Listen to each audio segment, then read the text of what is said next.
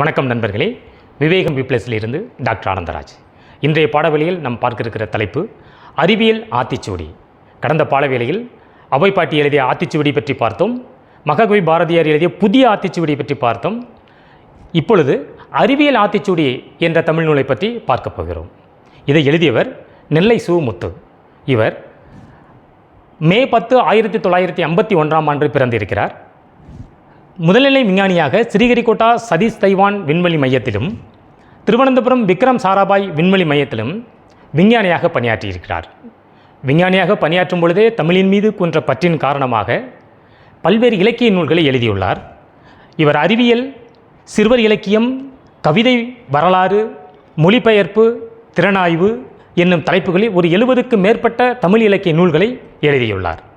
அதில் இந்த அறிவியல் ஆத்திச்சூடி என்பது அவை பாட்டி போன்றே அகரவரிசையில் அமைந்த அறிவியல் சிந்தனைக்குள் ஆய்வில் மூழ்கு, என்றவரை புரிந்து கொள், ஈடுபாட்டுடன் அணுகு, உண்மை கண்டறி, ஊக்கம் வெற்றி தரும், என்றும் அறிவியலே வெல்லும், ஏனென்று கேள், ஐயம் தெளிந்து சொல், ஒருமித்து செயல்படு, ஓய்வர உலை, ஔடதமாம் அனுபவம் என்று 12 வரிகளை எழுதியுள்ளார். இவர் எழுதிய அறிவூட்டும் விஞ்ஞான விளையாட்டு, ஐன்ஸ்டீனும் அண்டவெளியும், அறிவியல் வரலாறு, விண்வெளி 2057 என்ற 4 நூல்களுக்கு தமிழக அரசின் தமிழ் வளர்ச்சி துறையின் மூலமாக சிறந்த நூலுக்கான விருது பெற்றுள்ளார். நன்றி நண்பர்களே. வரும் காணொளியில் வேறொரு தமிழ் அறிஞரை பற்றி பார்ப்போம்.